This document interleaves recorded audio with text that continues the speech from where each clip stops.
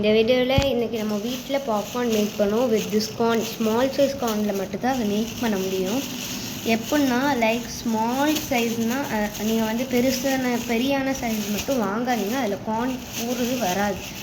Just இந்த வீடியோவில் வந்து நம்ம எப்படி மேக் பண்ணியிருந்தோன்னு அடுத்த வீடியோவில் போடுறேன்.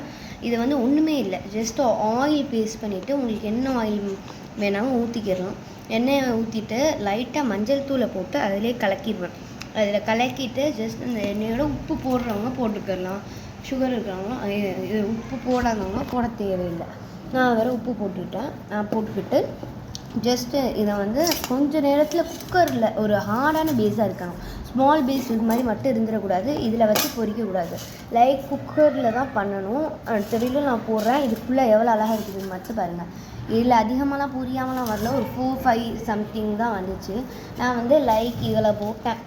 நான் இதிலே ஒரு 3 டைம்ஸ் போட்டுப்பேன், 4 டைம்ஸ் மேலே போட்டுப்பேன். அதுக்கு இவ்வளோ வந்ததில்லை.